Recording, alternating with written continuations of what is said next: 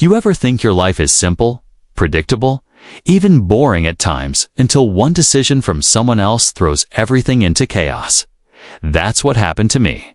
And it all started with a Jeep, a lock, and my neighbor, Karen.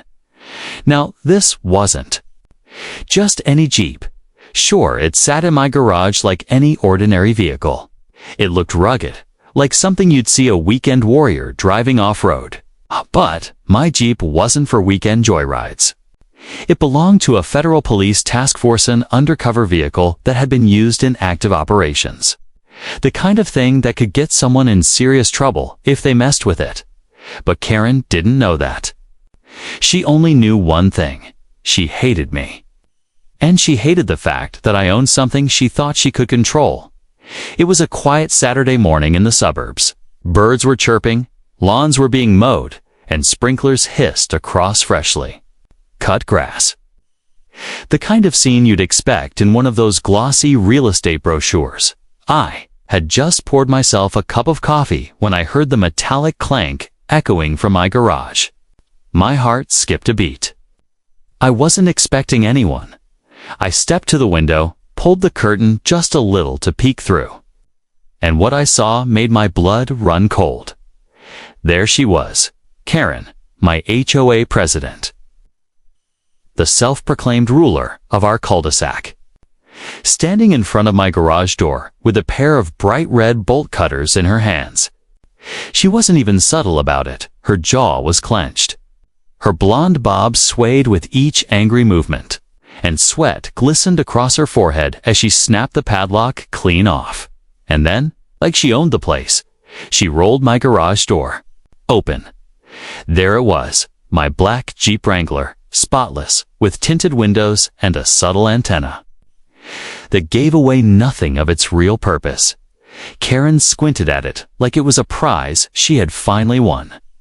She actually smirked a smug, satisfied expression. That made my stomach turn. Then, with the arrogance only she could pull off, she climbed inside. What she didn't know, what no one knew except me and the federal agents I worked with, was that the Jeep was wired. GPS trackers, hidden cameras, radio equipment. It was a moving command center, and she was about to drive it straight into a nightmare. Now, before I take you into the chaos that followed, let me rewind. Because if I just tell you that my HOA president decided to steal a Jeep one day, you'd think, why? Why on earth would she do that? Well, with Karen, everything was about control. I had moved into that neighborhood 3 years ago. Fresh start. New job. Trying to keep a low profile while balancing my role with a federal task force that handled organized crime and interstate trafficking. Most of my neighbors didn't know much about me, and I liked it that way. Quiet, simple, no drama. But Karen, she had a radar for anyone who didn't bend to her will. From day one, she treated me like I was beneath her. She had this way of knocking on my door, fake smile plastered across her face, clipboard in hand, rattling off violations like she was a cop issuing tickets.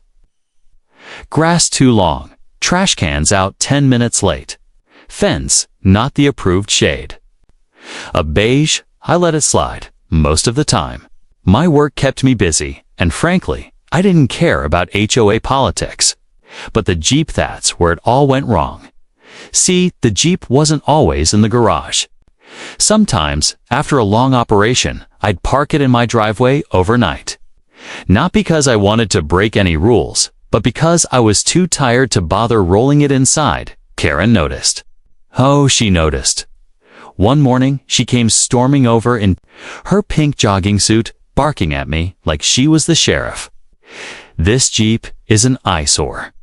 It's against HOA guidelines to park non-approved vehicles in the driveway overnight.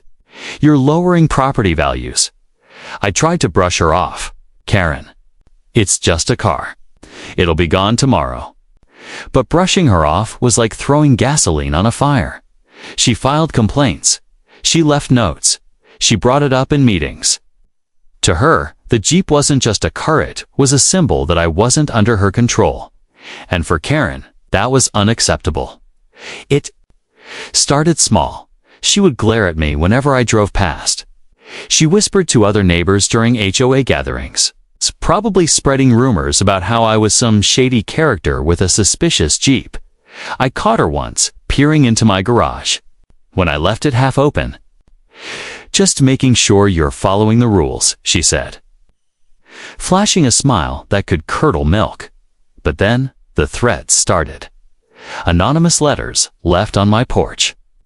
"Remove the Jeep or face fines. The neighborhood doesn't want your kind here." I kept every single one.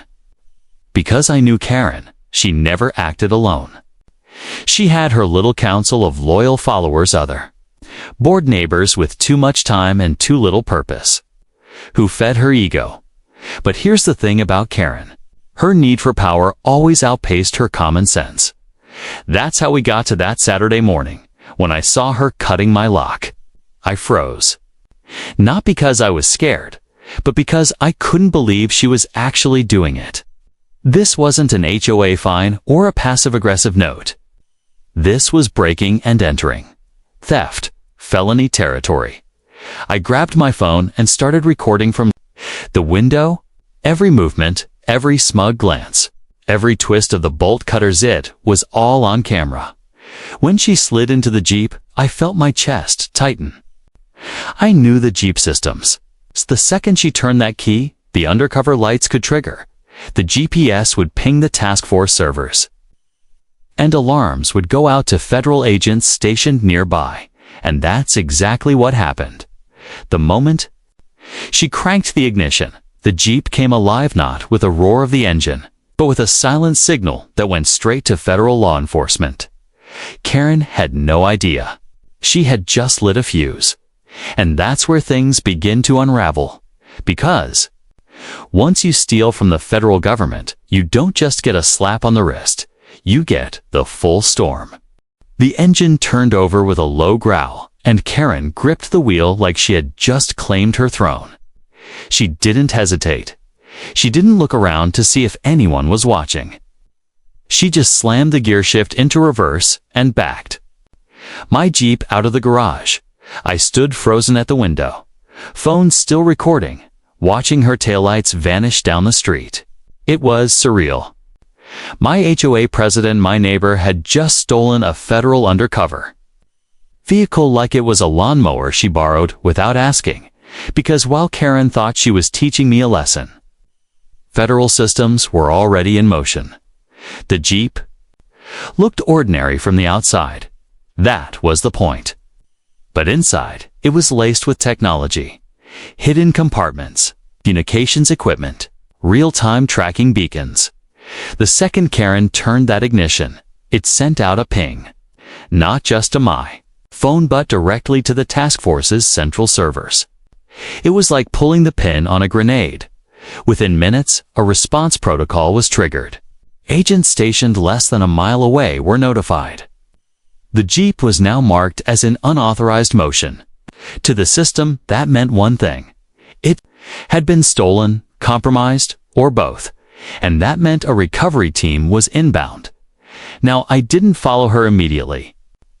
That would have been reckless. I knew the agents would do their job. But I couldn't help imagining what was going through Karen's head as she barreled down our neatly paved neighborhood streets. Maybe she planned to tow the Jeep, entomb it, or fine me for keeping it against HOA guidelines. Maybe she just wanted to humiliate me by driving it herself. Either way, Karen had convinced herself this was justice. What she didn't realize was that the Jeep wasn't hers to control. It was the government's, and you don't mess with them without consequences. Later, when I saw the footage from the Jeep's interior cameras, I almost laughed. Karen sat there, seat pulled all the way forward, chin jutting upward, sunglasses on like she was starring in her own action movie. She even muttered to herself, "That'll teach him." No one disrespects me. No one. Her smugness was dripping through every word. She didn't even make it out of town before the first unmarked SUV fell in behind her. Blacked out windows, government plates hidden in plain sight. Karen didn't notice. She was too busy adjusting the rearview mirror, checking her lipstick, enjoying her little joyride. Then a second SUV slid into position 2 cars back, and then a third. They boxed her in without her even realizing it. The Jeep's onboard system was feeding live video to the task force headquarters, and I was patched in from my phone. Watching everything unfold, the lead agent's voice crackled through my earpiece. Target has taken vehicle. We're in pursuit. Do you want to make the call? My stomach nodded. This was my neighbor, my problem, and in some twisted way, my responsibility. Hold, I said. Don't spook her yet. Let's see where she thinks she's going. 'Cause Karen wasn't just stealing a car, she was showing her hand. And I needed to know what her real endgame was. Back in the neighborhood meanwhile, word was already spreading. When Karen cut that lock, she hadn't been subtle.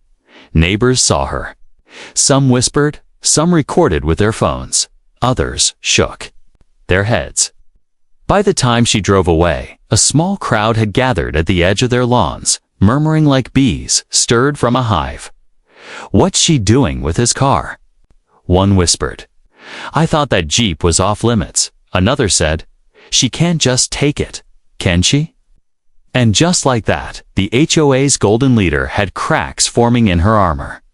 Because people love a queen when she looks powerful. But the second she looks desperate, that's when they start sharpening their knives. 10 minutes into her joyride, Karen hit her first red light at a busy intersection. And that's when the task force made their move. The lead SUV pulled up beside her on the driver's side. Another. One slid in close on the passenger side. She was boxed in. Karen squinted, annoyed, tapping her fingers on the wheel. She still didn't get it. The light turned green. The SUVs didn't move. Neither did she. Finally, the driver's side agent rolled down his window just a crack. He didn't flash a badge. He didn't need to. He just stared at her with eyes that said, we know what you did. She gripped the wheel tighter, shifting uncomfortably in her seat. Then, with a dramatic huff, she swerved around them, horn blaring, and sped off down a side street. Bad move. Because the Jeep wasn't just being tracked, it could be controlled remotely. The task force had protocols for exactly this kind of situation. The Jeep wasn't designed to be a joyrider's dream, was built for control.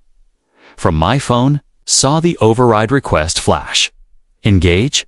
I hesitated, just for a second, 'cause once I hit yes, Karen's little adventure would come to a screeching halt. The Jeep's systems kicked in. The accelerator locked, the brakes engaged. The steering stiffened like it was frozen in place. Karen panicked. The interior camera caught it all. Her eyes widened, her mouth opened in a silent scream. And she slammed her foot on the gas, but the Jeep didn't budge. What is this? What's happening? She shouted, fumbling with the gear shift. The Jeep slowed, tires squealing until it rolled to a controlled stop in the middle of a quiet street. The SUVs encircled her, doors opening in unison. Agents stepped out, plainclothes but unmistakably, authoritative hands near their holsters, and Karen. She looked like a deer caught in headlights. Ma'am, step out of the vehicle, one agent ordered. Calm, firm, not giving her a choice. Karen's mouth flapped open and closed like a fish, gasping for air. She tried to speak, but all that came out was, this is mine. I'm the HOA president. Step out of the vehicle. Finally, shaking, Karen pushed the door open and stumbled onto the asphalt. Our bolt cutters clattered too. The ground? The neighborhood wasn't far, and by now, several cars had slowed down to watch. People were filming from sidewalks, kids peeking from behind their parents' legs, and there was Karen caught red-handed in broad daylight. That night, the neighborhood group chat was on fire. Screenshots, shaky videos, and rumors flew faster. Then I could scroll. Did Karen really steal his Jeep? Heard it was a government vehicle? She's finished. There's no way she talks her way out of this. For years, Karen had ruled with fear and fines. But now she was the villain caught on camera, humiliated in front of the very people she claimed to protect. And the HOA board. They weren't going to save her, because nothing spreads faster than scandal, and Karen's scandal was the juiciest thing this neighborhood had ever seen, as I watched it all unfold from my living room phone buzzing nonstop. Neighbors whispering. Federal agents giving me subtle nods as they towed the Jeep back into my garage. Knew this was just the beginning. Because Karen wasn't done. Not by a long shot. And the deeper we dug into her motives, the more we realized this wasn't just about a Jeep, it was about power, money, and a secret that would turn the entire HOA upside down. The night after Karen's grand heist collapsed, our neighborhood wasn't the same. You could feel it in the air. Front doors that usually stayed shut in the evening were cracked open, neighbors whispering across porches. Porch lights flickered. On and off, not because people were coming and going, but because they were pacing, restless. Everyone wanted to know what was next, and the answer came faster than anyone expected. An emergency HOA meeting. 2 days later, the clubhouse was packed, tighter than I'd ever seen it. Folding chairs lined the walls. Residents clutching coffee cups like they were attending some late-night town trial. At the front of the room sat Karenjan raised. Lips pursed, a silk scarf draped around her neck as if to signal she was still. In control, she banged the gavel against the wooden podium. This meeting, she announced, voice sharp and trembling with manufactured authority, is to address the lies and rumors being spread about me and the unfortunate misunderstanding regarding a certain vehicle. The room erupted. Laughter, groans, shouts. People weren't buying it. Misunderstanding. One neighbor shouted, "You cut his lock and stole his Jeep in broad daylight." Another added, "My kid saw you dragged out of it by federal agents." That's no misunderstanding.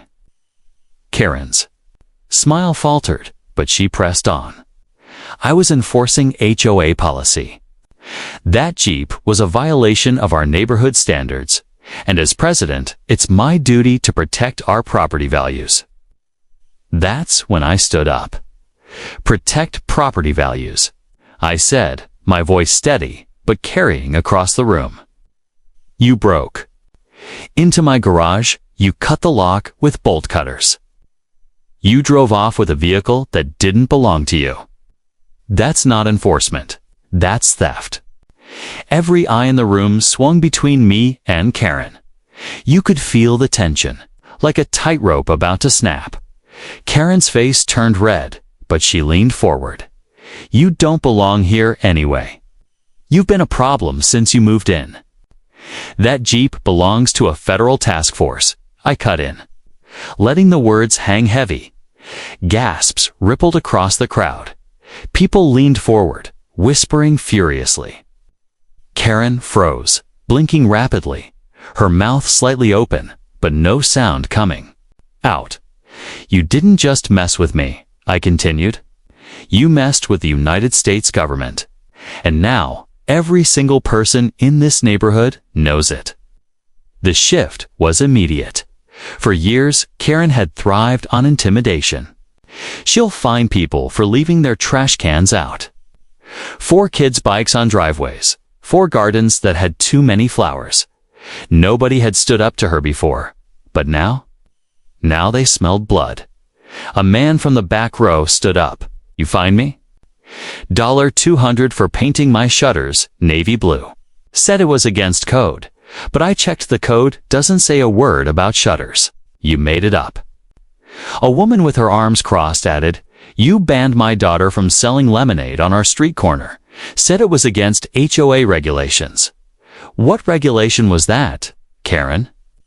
The room grew louder. Accusations flying like arrows. Karen's composure cracked. Her eyes darted around, her scarf slipping off one shoulder.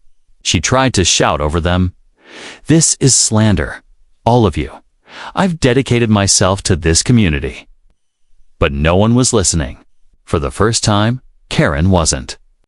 The one with the gavel, it would have been easy to chalk it all up to Karen's power-hungry personality.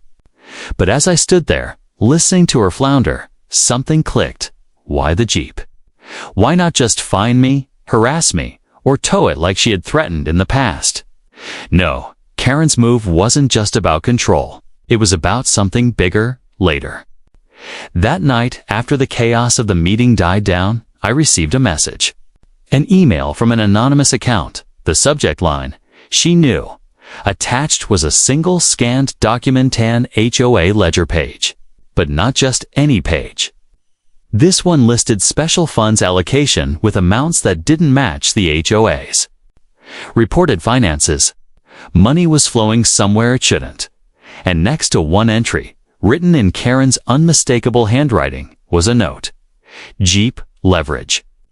My blood ran cold. Karen hadn't stolen the Jeep just to punish me. She had taken it because she thought she could use it. For what? I didn't know yet.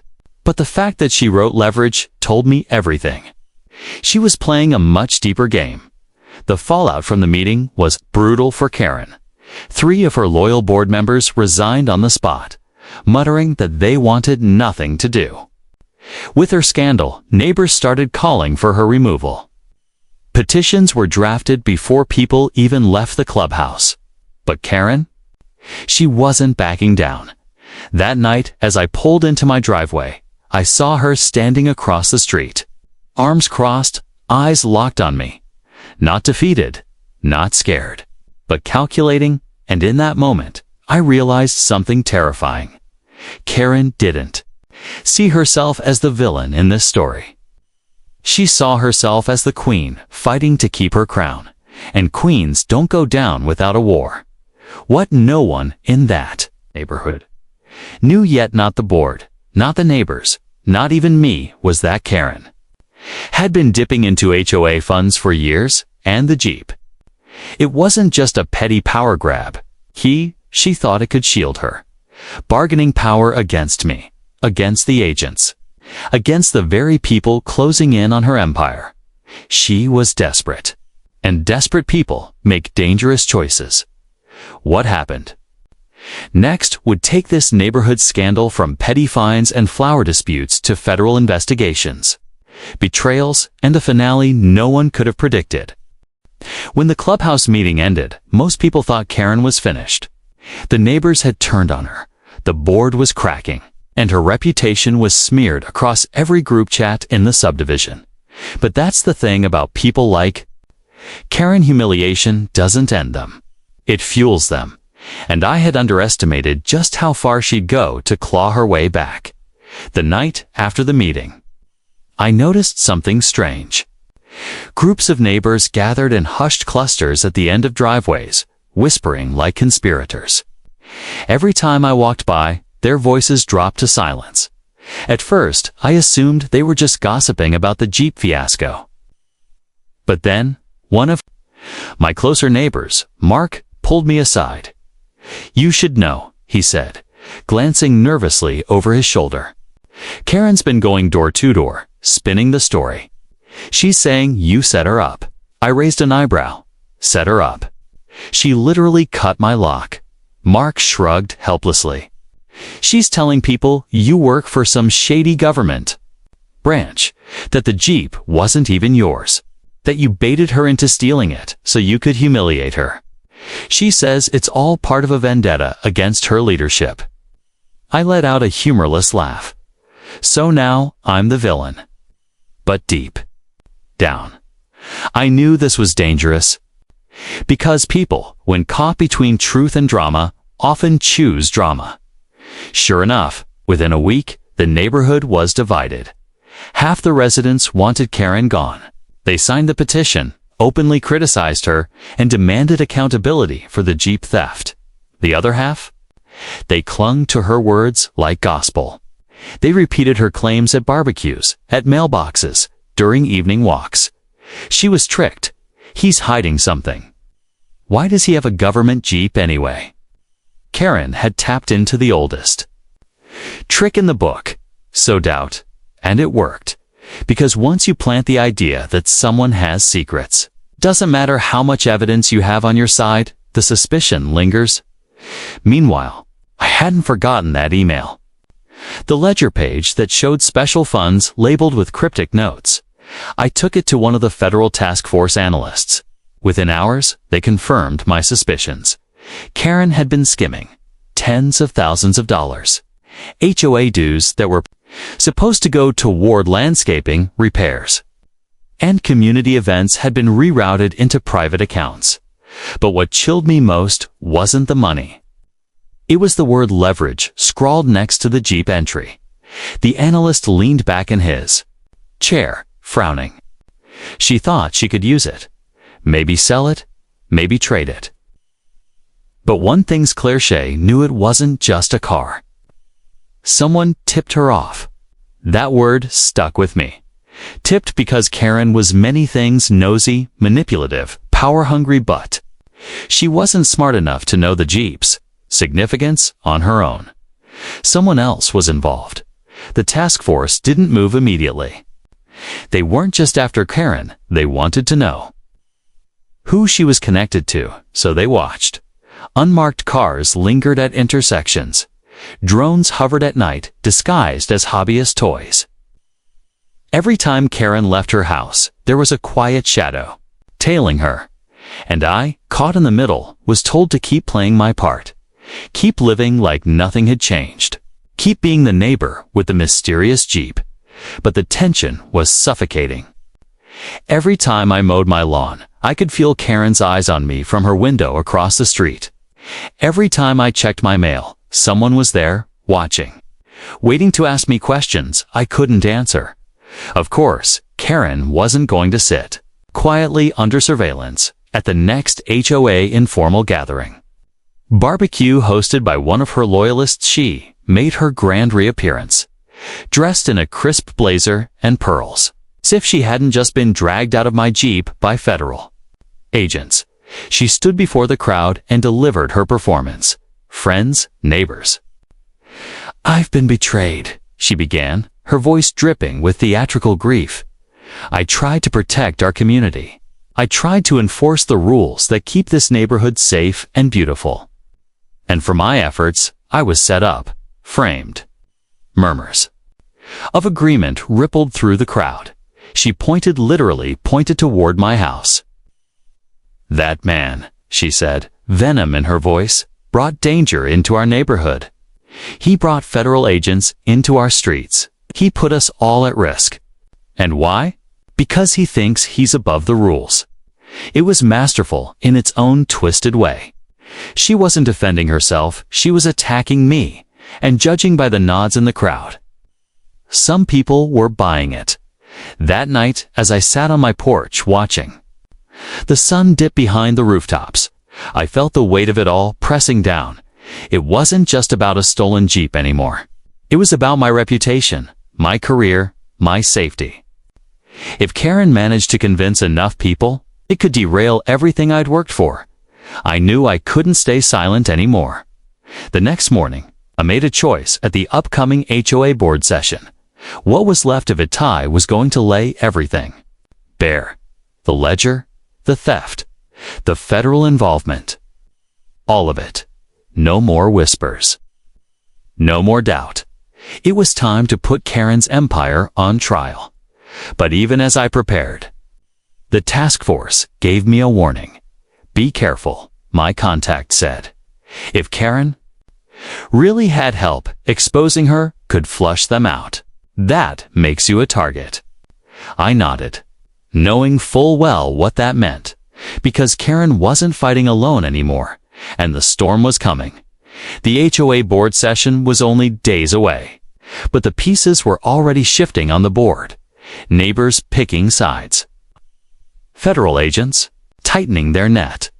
And Karen was planning her biggest move, yet one that would drag the entire neighborhood into chaos and reveal exactly who had been whispering in her ear all along.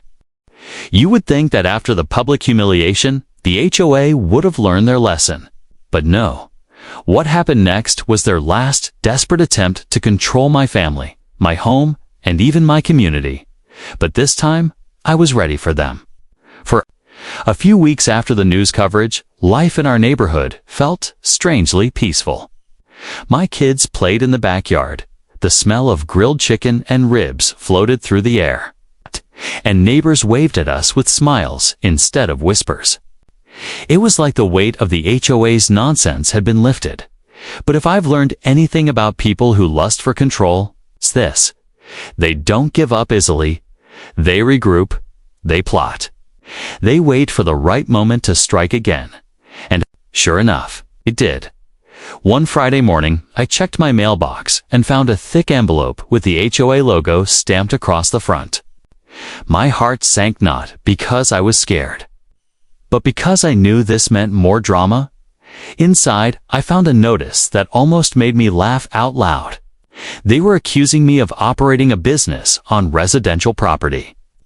Yes, according to the HOA, because our BBQs had grown in popularity, because neighbors and even strangers from nearby streets would stop by, bring food, and sometimes pitch in a little money for supplies, the HOA claimed I was basically running a restaurant. Out of my backyard, I shook my head. A restaurant? Really? What's next? They'll say my kid's lemonade stand is a corporate empire. But the letter wasn't a joke. It came with a fine of $7,500 and a warning. If I didn't cease operations, they would take me to court. When I told my neighbors, they were furious. Mr. Jackson, the retired vet down the street, slammed his fist on my picnic table and said, "This is harassment. You're not running a business here, keeping this neighborhood alive." Families started bringing over more food than ever. Some even suggested we start a petition to remove the HOA board entirely. People were tired of the nonsense, tired of the fines, tired of living under the thumb of a group of power-hungry bullies. But I knew petitions could take months, maybe even years, and the HOA was moving fast. I needed something stronger, something that would end this once and for all. The HOA wasn't bluffing. Within weeks, I received a court summons. They were suing me for violating community rules, running an unlicensed food service, and creating public disturbances. Walking into that courtroom felt surreal. On one side sat the HOA board members in their suits, faces twisted in smug confidence. On the other side, it was just me backed by my wife, my kids, and a few loyal neighbors who came to show support. Their lawyer painted a picture of me as some kind of criminal mastermind using BBQs to make money. Disturbing. Peace, lowering property values. Then it was my turn. Your Honor, I'm not running a business. I'm running a family. My backyard BBQs are not for profit, they're for community. People bring food. They bring drinks. They bring themselves. This isn't about money. It's about neighbors being neighbors. And then I pulled out the ace up my sleeve. Video.